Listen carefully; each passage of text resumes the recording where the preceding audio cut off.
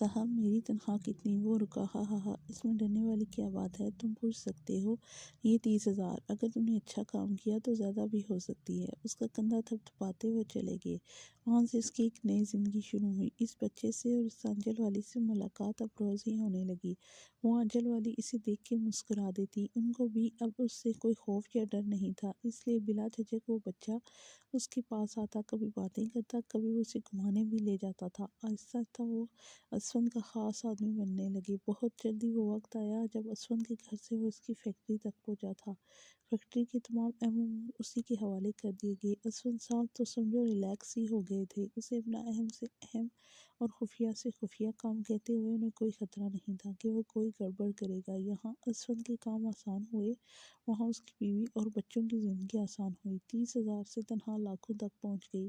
اصل کٹھن مرحلہ تب شروع ہوا جب اسفند کی بیوی ایک بار پھر امید سے ہوئی، اور یہ بچہ اسفند کا نہیں تھا۔ یہ بات اسفند اور ان کی بیوی کے علاوہ ایک تیسرا انسان بھی جانتا تھا، لیکن اسفند صاحب اس تیسرے انسان کو نہیں جانتے تھے کہ وہ کون ہے۔ ان کا بیٹا 18 سال کا ہو چکا تھا۔ اب ان کی بیوی کا امید سے ہونا کسی مذاق سے کم نہیں تھا، اور وہ بھی ناجائز۔ اسے اسفند صاحب سے اس معاملے میں ہمدردی تھی، کیونکہ وہ ایک جانے مانے بزنس مین تھے۔ اس عمر میں بچے کی پیدائش سوسائٹی میں ان کا مذاق بنا کے رکھ دیتی۔ دنیا والوں کو تو نہیں پتا تھا وہ بچہ اسفند کا ہے یا کسی اور کا۔ دوسری طرف ان کی بیگم اس نئی خوشی سے بہت خوش تھی۔ انہیں اس بات سے کوئی لینا دینا نہیں تھا کہ یہ بچہ کس کا ہے۔ وقت گزرتا گیا، 9 ماہ پر لگا کے گزر گئی۔ یہاں اس کی اپنی یکے بعد دیگرے بیٹی اور بیٹا پیدا ہوئے، جو 5 اور 4 سال کے تھے۔ مسز اسفند کو اللہ نے بیٹی کی نعمت سے نوازا تھا۔ اسفند کو سمجھ نہیں آ رہا تھا وہ خوش ہو یا پریشان، کیونکہ وہ بیٹی ان کی نہیں تھی، اور سوسائٹی کو وہ کیا منہ دکھاتے۔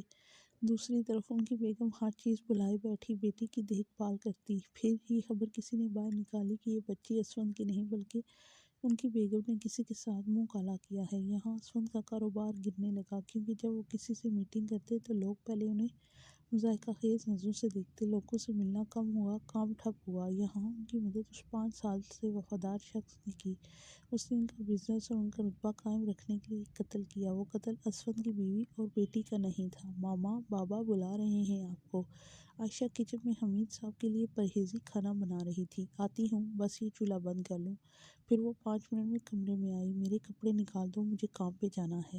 حمید صاحب کو ڈسچارج کر دیا گیا تھا، اور اب انہیں گھر میں سکون نہیں مل رہا تھا۔ مل بھی کیسے سکتا تھا؟ وہ جو کسی کی زندگی برباد کر کے خود سکون سے زندگی گزار رہے تھے، اس کا حساب بھی تو دینا تھا۔ جی نہیں، آپ نہیں جائیں گے، اپنی حالت دیکھیں پہلے۔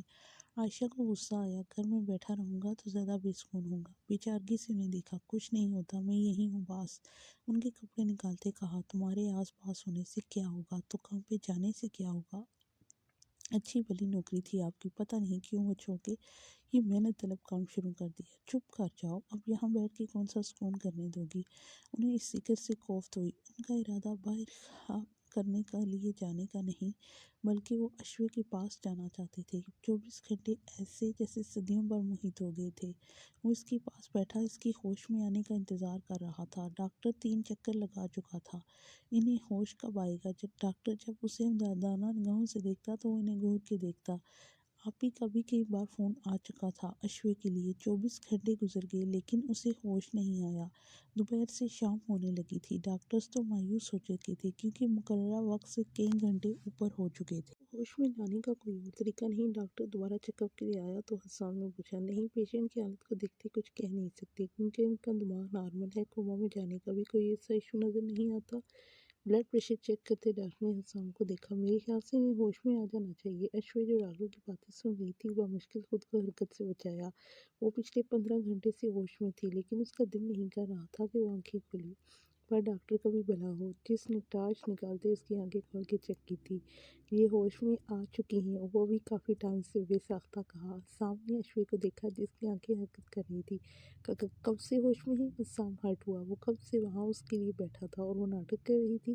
اس سے پہلے کہ غصہ شدید ہوتا، وہ اٹھ کے باہر چلا گیا۔ اشوے بس ڈاکٹر کو دیکھ کے رہ گئی۔ پہلے ہی وہ اتنی ڈسٹرب تھی، اب پتہ نہیں حسام اس کے ساتھ اور کیا کرتا۔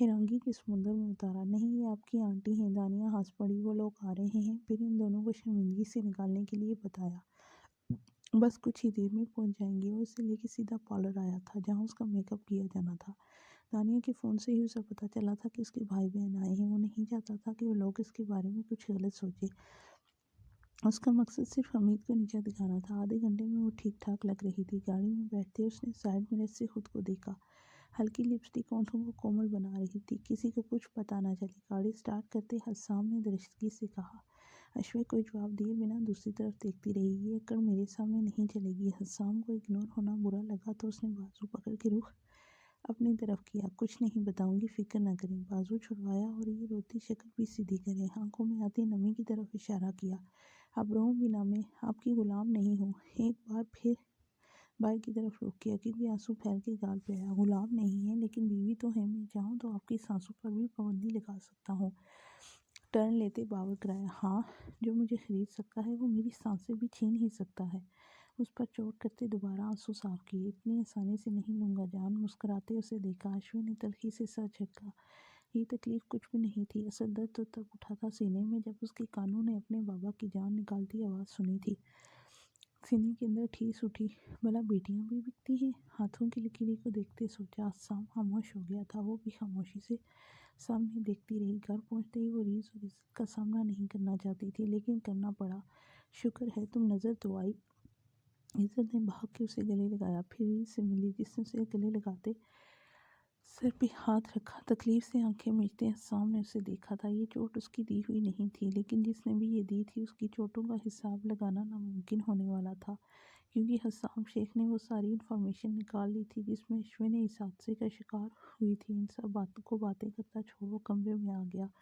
2 دن بعد وہ اپنے کمرے میں آیا تھا جہاں اشوے کی خوشبو اب رچنا شروع ہو چکی تھی۔ چینج کر کے کچھ دیر کے لیے لیٹ گیا۔ نیچے عزت اور ریز خوشیوں گپیوں میں مصروف تھے۔ ان کے آنے سے اشوے کی بے چین دل کو قرار ملا تھا۔ وہ لوگ شام کو واپس گئے تھے۔ اس کا موڈ اب کافی بہتر تھا۔ آئرن کی ٹپ لگنے کی وجہ سے اس کی طبیعت بھی ٹھیک تھی۔ آپ دانیہ ابھی اور ابان بھی کمرے میں چلے گئے تھے۔ کب سے؟ عزت اور ریز جانے کے بعد اسے کمرے میں ہی جانا تھا۔ کچھ دیر وہیں بیٹھی رہی پھر اٹھ کے کمرے میں آ گئی۔ حسام بنا شر کے سو رہا تھا۔ بازو کان پہ رکھے وہ بے خبر سو رہا تھا۔ اشوے نے آہستگی سے ڈریسنگ روم میں چلے گی۔ ہلکے پھلکے کپڑے ڈھونڈے۔ چینج کر کے باہر آئے تو حسام سیدھا ہو چکا تھا۔ کشادہ سینے پر پھیلے بال اس کی وجاہت میں اضافہ کر رہے تھے۔ چہرے پر ہلکی سی داڑھی اور مونچھیں جو تھکن زدہ ہونے کا پتہ دیتی تھی۔ بند آنکھیں، چوڑی پیشانی جس پر سوتے میں بھی پل پڑے ہوئے تھے۔ اکڑے ہوئے خود ہیں اور مجھے کہتے ہیں۔ بے ساختہ ہونٹ ہلے۔ اشوے بڑی فرصت سے اسے دیکھ رہی تھی۔ ماں بیش سے کئی گنا وہ پیارا اور دل دھڑکا دینے والا تھا لیکن اس کا دل تو پہلے ہی ماں بیر کے نام کی مالا جپتا تھا۔ کیسے وہ اس شخص کو دل میں بسائے گی سوچ کے ہی ریڑھ کی ہڈی سنسنا اٹھی۔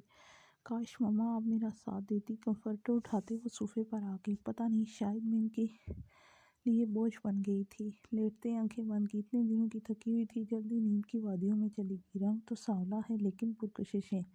اس کے چہرے پہ نظریں ٹکائے پرسوچ انداز سے بڑھایا۔ پھر کشن پہ بکھرے بال دیکھے جو لیس میں کٹے کافی خوبصورت لگ رہے تھے۔ پھر اس کی نظر تیکھی ناک پر ٹکی۔ یہاں نتھلی ہوتی تو بس۔ دانتوں تلے ہونٹ دبائے۔ پھر آگے ہو کے اس کے ہونٹوں پہ انگوٹھا رکھا۔ جو ہی اس نے انگوٹھا اٹھایا تو ایک چھوٹا سا خون کا قطرہ نمودار ہوا جسے جھک کے اس نے ہونٹوں سے چوم لیا۔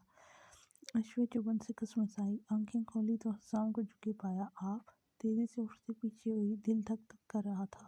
ہاں، وہ آپ کے ہونٹ سے خون نکل رہا تھا۔ وہیں صاف کیا ہے۔ پھر اپنے ہاتھ سے اپنے ہونٹ پہ لگا خون صاف کیا۔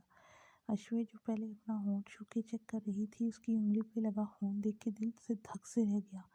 لمحے کے 1000ویں حصے میں اسے سمجھ آیا تھا یہ خون اس کے ہونٹوں پہ کیسے گیا ہے۔ آپ میرا فائدہ اٹھا رہے تھے؟ وہ ہتھے سے ہی اکھڑ گئی۔ نہیں، میں کبھی کوئی کام فائدے کے لیے نہیں کرتا۔ بیڈ سے کھڑے ہوتے حسام ڈریسنگ ٹیبل کی طرف گیا۔ پھر آپ میرے اتنے قریب؟ تیزی سے بولتے زبان لڑکھڑائی کیونکہ حسام پرتعش نگاہوں سے آئینے میں اسے دیکھ رہا تھا۔ آپ کے قریب جانے سے میرا کون سا فائدہ ہوگا؟ پرفیوم اسپرے کرتے اس کی طرف آیا۔ مجھے کیا پتا؟ آپ اپنی ہوس پوری جسٹ شٹ اپ۔ وہ جو صوفے کے کونے پہ لگی بیٹھی تھی۔ حسام نے سختی سے اس کی ٹھوڑی پکڑی۔ ہوس پوری کرنا ہوتی نا تو اور بھی بہت سارے طریقے تھے میرے پاس۔ میں آپ کے پاس ہوں نا۔ خود کو کنٹرول کرتے اس کا چہرہ جھٹکا۔ بولیں، خاموش کیوں ہو گئے ہیں؟ وہ اسے تیز چلا رہی تھی۔ اگر میں اپنی پر آیا نا تو سانس لینے کے قابل نہیں رہیں گی۔ اسٹڈی روم میں جاتے اسے وارن کیا۔ آئے بڑے اپنی ٹھوڑی کو رگڑتے وہ اٹھ کے بیڈ پہ آئی۔ خود آرام سے سوئے ہیں اور مجھے اتنی مشکل سے نیند آئی تھی، اٹھا دیا بدتمیز۔ بڑبڑاتے کمفرٹر پھر سے ڈال لیا۔ آج سے 13 سال پرانی فائلز نکالتے رائٹنگ ٹیبل پر رکھی۔ پہلی فائل پہ ہی اس شخص کا نام لکھا تھا جس نے اس کا سب کچھ چھین لیا تھا۔ وہ 31 سال کا نوجوان آج بھی اپنے باپ کو مس کرتا تھا۔ اس کے باپ کا جو رشتہ تھا آج تک کسی کو معلوم نہ ہو سکا تھا۔ اس کے بابا اپنے خاص آدمی کے علاوہ ایک اور فرد کو بھی وہ تمام معلومات دیتے تھے جو ان کے بزنس کے لیے بہت ضروری تھا۔ ہر فائل کی ایک ڈپلیکیٹ فائل تیار کی جاتی تھی۔ ایک فائل حسام کے کمرے میں بنے اس خفیہ لاکر میں رکھی جاتی تھی اور ایک فائل بزنس ڈیز کے لیے یا جہاں بھی ضرورت ہوتی وہاں بھیجی جاتی تھی۔ اس سے پہلے یہ سب سمجھ نہیں آتا تھا، لیکن مرنے سے پہلے جو کچھ اسے اس کے بابا نے بتایا تھا، اس کے بعد سے آج تک حسام نے ان فائلز کی حفاظت اپنی جان سے زیادہ کی تھی۔ فائلز کے دوسرے صفحے پر ایک خط لکھا ہوا تھا جسے وہ ہزاروں بار پڑھ چکا تھا۔ اس سے آگے اس کا نکاح نامہ تھا جو آج سے 13 سال پہلے کا تھا۔ اس کا نکاح بابا نے اپنی مرضی سے کروایا تھا اور اس نے بھی اپنے بابا کا فرمانبردار بیٹا بن کے ثابت کیا تھا کہ وہ ان کے لیے سب کچھ کر سکتا ہے۔ السلام علیکم۔ میں جانتا ہوں تم اپنا خیال خود رکھ سکتے ہو۔ تم میرے اکلوتے وارث اور بہادر بیٹے ہو۔ مجھے زندگی میں سب کچھ ملا، لیکن نہیں ملا تو کوئی وفادار دوست نہیں ملا۔ میرا سب کچھ تمہارا ہے اور تم ہی میرے دوست ہو۔ میرے بہت سارے راز ایسے ہیں جو میں صرف تمہیں بتانا چاہتا ہوں۔ میں جدی پشتی امید تھا، میرے باپ دادا کا اپنا کاروبار تھا جو سنبھالتے میں نے اپنی جوانی ختم کر دی۔ اب تم سمجھدار ہو، لیکن یہ کاروبار تمہارے حوالے نہیں کیا جائے گا، بلکہ ٹوں ٹوں۔ اس سے پہلے کہ واقعی پڑھتا موبائل بجنے لگا۔ ہاں بولو۔ فائل بند کرتے شیلف پہ رکھی۔ سر کم ہو گیا ہے، رفاقت کا فون تھا۔ ٹھیک ہے، مجھے ویڈیو لازمی بھیجنا۔ پراسرار سی مسکراہٹ ہونٹوں پہ آئی۔ جی سر۔ پھر کال کاٹ دی۔ کچھ ضروری فائلز لیتے وہ اسٹڈی روم لاک کرتا باہر نکل آیا۔ محترمہ اشوی صاحبہ بیڈ پہ پرجمان پرسکون سو رہی تھی۔ اسے ایک نظر دیکھتے جوتے پہنے۔ سو لیں، رات کو بتاؤں گا۔ میں نے ہیزے سے چپ کے اس کے کان میں کہتے باہر نکل گیا، جو کب سے سونے کی کوشش کر رہی تھی۔ ابھی جب دوبارہ آنکھ لگنے لگی تھی اس کی، اشوی جو کب سے اس آواز پر حیرت سے کھولے اب چھت کو گھورنے میں مصروف ہو چکی تھی۔ آخر حسام کہہ کے کیا گیا ہے؟ بات سنو۔ بینش نے دور جاتے لڑکے کو آواز دی جو اپنے جسم کے گرد سیف بیلٹ باندھ رہا تھا۔ جی میم۔ اس لڑکے نے اس کی طرف دیکھا۔ یہ مہابیر سر کو کیا ہوا ہے؟ دور بیٹھے مہابیر کو دیکھا جو اسموکنگ کر رہا تھا۔ پتہ نہیں، لیکن جب سے آئے ہیں ایسے ہی ہیں۔ بیلٹ سیٹ کرتے کہا۔ ہم بینش پھر خود ہی مہابیر کی طرف چل دی۔ اونچی نیچی جگہ سے ہوتے اس کے پاس آئی۔ ہیلو، کیا ہو رہا ہے؟ پاس بیٹھتے اسے مخاطب کیا۔ کچھ نہیں، بس سگریٹ پھینک کے جوتے کے نیچے مسئلہ۔ یہ اسموکنگ کب سے شروع کر دی ہے؟ ایسے ہی بس۔ وہ اٹھ کھڑا ہوا۔ اوئے آجا۔ پھر دور کھڑے لڑکوں کو آواز دی۔ بینش سمجھ گئی تھی کہ وہ اس سے جان چھڑا رہا ہے۔ مہابیر اسے اگنور کرتا لڑکوں کے ساتھ چلا گیا۔ وہ وہیں بیٹھی اسے جاتا ہوا دیکھتی رہی۔ وہ ہاسپٹل میں ان کے روم کے سامنے کھڑی تھی۔ آس پاس لوگ اور نرسز گزر رہی تھی۔ چھت پہ لگا کیمرہ اسے ریکارڈ کر رہا تھا۔ کتنی دیر وہ وہاں کھڑی رہی، پھر لڑکھڑائی، واپس مڑی۔ اب اس کا رخ کیمرے کی طرف تھا۔ چہرے پر پریشانی واضح محسوس ہو رہی تھی۔ وہ سمجھ گئی یہ کون سا وقت تھا۔ دل ڈوب کے ابھرا۔ ان کی بیٹی نے وہ سب سن لیا تھا، اور سنا بھی کیسے؟ انہیں کی زبان سے۔ وہ کوئی بہانہ، کوئی جھوٹ نہیں بول سکتے تھے۔ اب اس کے سامنے کیا عزت رہ گئی تھی؟ اس دن عائشہ گھر گئی ہوئی تھی، کچھ سامان لانا تھا ان کے پاس۔ ان کا پرانا اور جگری دوست علی بیٹھا تھا جو ان کی زندگی کے بارے میں سب کچھ جانتا تھا۔ اس کے سامنے دل کا بوجھ ہلکا کرتے وہ اپنی بیٹی کو نازنشی میں سب کچھ اپنے منہ سے بتا گئے تھے۔ اسکرین میں اب وہ دیوار کے سہارے چل رہی تھی۔ اگلا کلپ سیڑھیوں کا تھا جہاں وہ بیٹھی رو رہی تھی۔ پھر وہاں سے اٹھ کے ہاسپٹل سے باہر نکلی۔ پھر اسے کچھ خبر نہیں تھی کہاں جا رہی ہے، جیسے ایک ریت کا پتلا چل رہا ہو اور ذرا سی ہوا چلے اور اٹھ جائے۔ اشوی بھی گری تھی۔ اسپیڈ سے آتی گاڑی نے بمشکل اپنا رخ بدلا تھا، ورنہ اشوی کچلی جاتی۔ اس کا نروس بریک ڈاؤن ہوا تھا۔ زمین پہ گرتے اس کا سر فٹ پاتھ سے ٹکرایا۔ چند سیکنڈ میں وہاں سے خون کی لکیر نکلی تھی۔ امید، شرمندگی اور تکلیف سے وہ سب دیکھ رہے تھے۔ بس ایک اور اٹیک کی دوری پہ تھی ان کی زندگی۔ ٹوں ٹوں۔ اس سے پہلے کہ ان کی جان نکلتی فون بجا۔ حمید صاحب، کیسی لگی اپنی بیٹی کی زندگی؟ خوشی اس کے لہجے سے صاف محسوس ہو رہی تھی۔ وہ جانتا تھا اس وقت حمید صاحب کی کیا حالت ہوگی۔ اس کا کیا قصور ہے؟ ماما مجھے سزا دو نا، وہ منائے، آپ ہی کو تو دے رہا ہوں، دیکھیں آپ کو درد ہو رہا نا، کتنی تکلیف میں آپ اس وقت۔ مسکرا کے کہتے پیچھے ٹیک لگائی۔ وہ اس وقت آفس میں تھا، اور آپ کی یہ تکلیف ابھی بہت کم ہے اس تکلیف سے جو میں نے کم عمری میں برداشت کی ہے۔ ابھی تو آپ اس کی نظروں سے گرے ہیں، ابھی تو آپ نے اسے مرتے ہوئے دیکھنا ہے۔ سفاکیت سے کہتے وہ ایک لمحے میں اشوے کی ذات کو ہوا میں چھال گیا تھا۔ جوان بیٹی کی موت پر آپ کو درد ہوگا، وہ بول رہا تھا، اور حمید بے بسی سے سن رہے تھے۔ خیر، ابھی میں گھر جا رہا ہوں، کل کے لیے تیار رہنا، ایک نئے اٹیک کے لیے۔ فون بند کرتے اٹھ کھڑا ہوا۔ حمید صاحب پھوٹ پھوٹ کے رو دیے۔ کاش وہ لالچ میں آئے وہ سب نہ کرتے۔ موبائل دیا اس نے۔ دانیہ نے اس کے بال بنا رہی تھی، چوٹ کی وجہ سے 2 دن سے اس بالوں کو سیدھا نہیں کیا تھا، اس لیے اب احتیاط سے خود ہی کنگھی کر رہی تھی۔ نہیں تو مانگ لیتی نا۔ شیشے میں اسے دیکھا، کیسے خفکی سے انہیں دیکھا، جیسے بیویاں مانگتی ہیں۔ اس کے منہ بنانے پر وہ مسکرائی۔ میں بیوی تھوڑی ہوں ان کی، میں تو وہ رکی، پتہ نہیں ان کے علم میں بھی تھا یا